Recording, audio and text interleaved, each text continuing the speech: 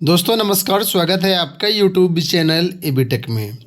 आज है 16 जनवरी 2025 और जान लेते हैं आज की महत्वपूर्ण खबरें जो आज के प्रमुख समाचार पत्रों पर छाई हुई हैं और आप लोगों के लिए बहुत ही इम्पोर्टेंट हैं। सबसे पहले यहाँ पर देखिए अपडेट है लोक सेवा आयोग की परीक्षाओं को लेकर के। लोक सेवा आयोग आने वाली परीक्षाओं में बड़ा फेरबदल करने की तैयारी में है। उसी सिलसिले में यहाँ पर देखिए अपडेट है कि सभी प्रारंभिक परीक्षाएं एक दिन में कराने की तैयारी। पीसीएस 2024 की प्रारंभिक परीक्षा के बाद उत्तर प्रदेश लोक सेवा आयोग अब समीक्षा अधिकारी, सहायक समीक्षा अधिकारी 2023 समेत अन्य सभी भर्तियों की प्रारंभिक परीक्षाएं एक दिन में ही कराए जाने की तैयारी कर रहा है। इसके लिए आयोग ने सभी जिलाधिकारियों को पत्र भेज करके कोषागार से 25 किलोमीटर की दूरी तक उपलब्ध परीक्षा केंद्रों की सूची मांगी है। प्रदेश सरकार की ओर से पिछले साल 19 जून को जारी गाइडलाइन में केंद्र निर्धारण के नियम काफ़ी सख्त करने के कारण आयोग को एक दिन में परीक्षा कराने के लिए पर्याप्त केंद्र नहीं मिल रहे थे। इसके चलते आयोग को पीसीएस व आरओ की प्रारंभिक परीक्षा में 2 दिन कराने का निर्णय लेना पड़ा। हालांकि प्रतियोगी छात्रों के जबरदस्त विरोध और आंदोलन के बाद केंद्र निर्धारण के नियम संशोधित करते हुए पीसीएस 2024 की प्रारंभिक परीक्षा 22 दिसंबर को एक दिन में ही कराई गई। जिस तरह पीसीएस की परीक्षा कराई गई जो कि कोषागार से 10 किलोमीटर की दूरी को ध्यान में रखते हुए कराया पहले नियम था, बाद में उसको 25 किलोमीटर दायरे में किया गया। उसी तरह पर अन्य परीक्षाओं में भी इस शर्त को हटाते हुए कोषागार से 25 किलोमीटर की दूरी तक परीक्षा केंद्र तलाशे जा रहे हैं। आयोग की ओर से डीएम को भेजे पत्र में लिखा गया है कि पीसीएस प्री के लिए कोषागार से 25 किलोमीटर की दूरी तक जो केंद्र बनाए गए थे, अगर उनमें से कुछ केंद्र छूट गए तो उन्हें शामिल करते हुए केंद्रों की सूची उपलब्ध करा दी जाए। जिले के सीबीएसई और सीआईएससी बोर्ड के सभी विद्यालय जिनकी क्षमता न्यूनतम 384 अभ्यर्थी बैठाने की हो, उनको भी सूची में शामिल किया जाए। तो कुल मिलाकर के अब सीबीएसई के जो विद्यालय हैं, आईसीएसई बोर्ड के जो विद्यालय हैं, उत्तर प्रदेश सरकार के जो राजकीय डिग्री कॉलेज हैं, माध्यमिक कॉलेज हैं, इसके अलावा जो विश्वविद्यालय हैं, पॉलिटेक्निक कॉलेज हैं, इंजीनियरिंग कॉलेज हैं, मेडिकल कॉलेज हैं और जो भी सुविधा संपन्न सेल्फ फाइनेंस कॉलेज हैं, उनको भी केंद्र बनाए जाने पर विचार चल रहा है। देखिए यहाँ पर अलग से भी दिया गया कि यूपीएससी परीक्षाओं में सीबीएसई व आईसीएसई के स्कूल भी बनेंगे केंद्र। भविष्य में परीक्षार्थियों के लिए जिलाधिकारियों से मांगी जाएगी सूची। तो कुल मिलाकर के अब ऐसे विद्यालयों को भी सेंटर बनाए जाने पर विचार चल रहा है और परीक्षाएं आपकी प्रारंभिक परीक्षा जो होगी वो एक दिन में ही कराए जाने की पूरी तैयारी है। इसके साथ ही आरओ परीक्षा को लेकर के भी स्पष्ट अपडेट आ गई है कि ये परीक्षा भी एक दिन में कराए जाने की तैयारी है। हालांकि लोक सेवा आयोग ने अभी तक इसका ऑफिशियल जो है नोटिस जारी नहीं किया कि परीक्षा एक दिन में कराई जाएगी, 2 दिन में कराई जाएगी, लेकिन जिस तरीके से अब लोक सेवा आयोग काम कर रहा है उसको देखते हुए यहाँ पर हम लोग ये कह सकते हैं कि आरओ प्रारंभिक परीक्षा भी एक दिन में ही कराई जाएगी। भीषण ठंड के चलते परिषदीय विद्यालय 2 दिन और बंद। प्रदेश में शीतलहर की चेतावनी को देखते हुए परिषदीय व मान्यता प्राप्त विद्यालयों में कक्षा 1 से 8 तक के बच्चों की छुट्टी 16 और 17 जनवरी को भी कर दी गई है। बेसिक शिक्षा निदेशक प्रताप सिंह बघेल की ओर से बुधवार देर रात इसका आदेश जारी किया गया और उन्होंने बताया कि इस अवधि में शिक्षक, शिक्षा मित्र, अनुदेशक, शिक्षणेतर कर्मचारियों को विद्यालय आकर के प्रशासनिक कार्य करना होगा। तो सिर्फ बच्चों की छुट्टियां 2 दिन बढ़ाई गई हैं। देखिए यहाँ पर अपडेट है कि सरकारी नौकरी ना मिलने से पॉलिटेक्निक के कई कोर्स पर संकट। सरकारी नौकरियां ना मिलने से पॉलिटेक्निक के कोर ब्रांच बंदी की कगार पर है। निजी कंपनियों में भी इन कोर्स से जुड़े जो है छात्रों को अवसर रोजगार के नहीं मिल रहेंगे। तो अब कई ऐसे कोर्स हैं जहां पर जो है सीटें खाली जा रही हैं। तो लिखा हुआ है निजी छोड़िए सरकारी संस्थानों में कई ट्रेड में 80% सीटें खाली जा रही हैं। प्रदेश के पॉलिटेक्निक संस्थानों में इस सत्र में 90,000 से अधिक सीटें खाली रह गई थीं।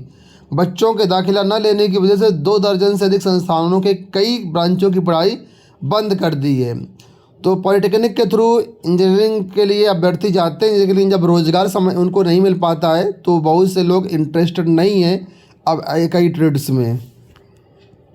अब आखिर कौन कौन से ऐसे ट्रेड है तो उनके बारे में बता दूं, जैसे कि सिविल हो गया, mechanical, electrical, architect, interior designing, textile, PGDCS, PGDA समेत दर्जनों ऐसी ब्रांच है जहां पर लगातार छात्रों की संख्या कम हो रही है। डीएलएड काउंसलिंग को लेकर के अपडेट है कि डीएलएड की 94,000 सीटें आवंटित हैं। तो डीएलएड 2024 में प्रवेश लेने के लिए 94,092 सीटें अभ्यर्थियों को पहले चरण के 3 चक्र में आवंटित कर दी गई हैं। डाइट की कुल 10,600 सीटों में 9,272 सीटें जो है मेरिट के आधार पर भर चुकी हैं। इसी तरह निजी कॉलेजों की 2,15,000 सीटों में से 84,820 सीटों का आवंटन हो चुका है। शेष सीटों पर प्रवेश के लिए दूसरा चरण 27 जनवरी से प्रारंभ होगा।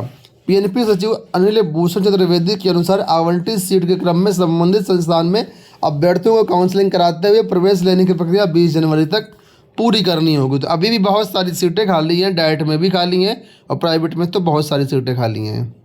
इसके साथ ही डीएलएड परीक्षा के लिए कल से भरे जाएंगे आवेदन। डीएलएड द्वितीय सेमेस्टर और चतुर्थ सेमेस्टर के 2 लाख से अधिक प्रशिक्षुओं की परीक्षाएं फरवरी के दूसरे सप्ताह में प्रस्तावित हैं। जिन अभ्यर्थियों का प्रशिक्षण निर्धारित पाठ्यक्रम के अनुसार पूरा हो गया है, परीक्षा के लिए उनके आवेदन 17 से लेकर के 25 जनवरी तक भरे जाएंगे। परीक्षा नियंत्रक प्राधिकारी चतुर्वेदी ने सभी डाइट के प्राचार्यों को निर्देश दिए हैं कि 25 जनवरी तक आवेदन भरवाने की प्रक्रिया पूरी कर लें। निजी प्रशिक्षण संस्थानों के ऑनलाइन आवेदन पत्रकों को संबंधित डाइट प्राचार्य के माध्यम से 18 से 27 जनवरी तक प्रमाणित करते हुए स्वीकृति देंगे। तो कुल मिलाकर के द्वितीय सेमेस्टर चतुर्थ सेमेस्टर परीक्षा के लिए फॉर्म भराए जाने के लिए आदेश जारी हो गया है। यहाँ देखिए अपडेट है कि दूसरे सत्र की परीक्षा 25 से जल्दी इम्तहान पर सवाल। परिषदीय प्राथमिक व उच्च प्राथमिक विद्यालयों में द्वितीय सत्र की परीक्षा 25 जनवरी से शुरू होगी और 30 जनवरी तक चलेगी। यह टेस्ट 10-10 अंकों का लिया जाएगा। परीक्षा की कॉपियां विभागों को दिखाई जाएंगी। दिसंबर तक पढ़ाए गए पाठ्यक्रम के आधार पर यह परीक्षा ली जाएगी। 1,33,000 स्कूलों के 1,54,00,000 विद्यार्थी ये परीक्षा देंगे। तो 3 महीने में होगी ये तीसरी परीक्षा। बड़ी मुसीबत है और परीक्षाएं जो है 25 जनवरी से कराई जाएंगी। इस पर जो है कई लोग ऑब्जेक्शन भी कर रहे हैं। देखो यहाँ पर अपडेट है कि सभी वर्गों के लिए छात्रवृत्ति के नियम बनाए जाएंगे एक जैसे। नियमावली में होगा संशोधन। शासन स्तर पर तैयार हो रहा प्रस्ताव। प्रदेश के सभी वर्गों के लिए छात्रवृत्ति और शुल्क भरपाई के नियमों में एकरूपता लाई जाएगी। इसके लिए शासन स्तर पर प्रस्ताव तैयार हो रहा है। शीघ्र ही नियमावली में संशोधन किया जाएगा। प्रदेश में 2.5 लाख रुपये तक सालाना आय वाले SC/ST छात्रों और 2 लाख रुपए सालाना आय तक अन्य वर्ग के छात्रों के लिए इस योजना का लाभ देने का प्रावधान है। इसमें छात्रवृत्ति के साथ शुल्क भरपाई की भी पूर्ति की जाती है। योजना के तहत SC सामान्य वर्ग को समाज कल्याण विभाग, अनुसूचित जनजाति के वर्ग के अभ्यर्थियों को जनजाति कल्याण और OBC छात्रों को OBC कल्याण विभाग भुगतान करता है। पर सामान्य SC/ST और OBC छात्रों को भुगतान के लिए अलग अलग नियम हैं। समाज कल्याण विभाग पहले सरकारी व फिर सहायता प्राप्त संस्थानों के विद्यार्थियों को भुगतान करता है। धनराशि बचने पर निजी संस्थानों के छात्रों का नंबर आता है। OBC कल्याण विभाग तीनों तरह के संस्थानों के विद्यार्थियों को एक साथ वरीयता सूची तैयार करता है। यह सूची पिछली कक्षा के अंकों के आधार पर तैयार होती है। शासन ने तय किया है कि अब जो भी लाभ मिलेगा उन सभी नियमों में एकरूपता लाई जाएगी। इस पर मंथन चल रहा है। एयरफोर्स स्कूल मैनपुरी की तरफ से नोटिफिकेशन जारी हुआ है। ठीक है, तो जो भी अभ्यर्थी इंटरेस्टेड हैं, मनौरी, ठीक है, सॉरी इलाहाबाद के पास मनौरी पड़ता है, तो ये वहाँ से हैं। और इसमें देख लीजिए वैकेंसी कौन कौन सी है। PGT बायोलॉजी की एक है, PGT फिजिक्स की एक है, PGT केमिस्ट्री एक है, PGT मैथ एक है, PGT हिंदी एक है, PRT एक है, NTT एक है, लैब अटेंडेंट एक है, ऑफिस सुपरिटेंडेंट एक है।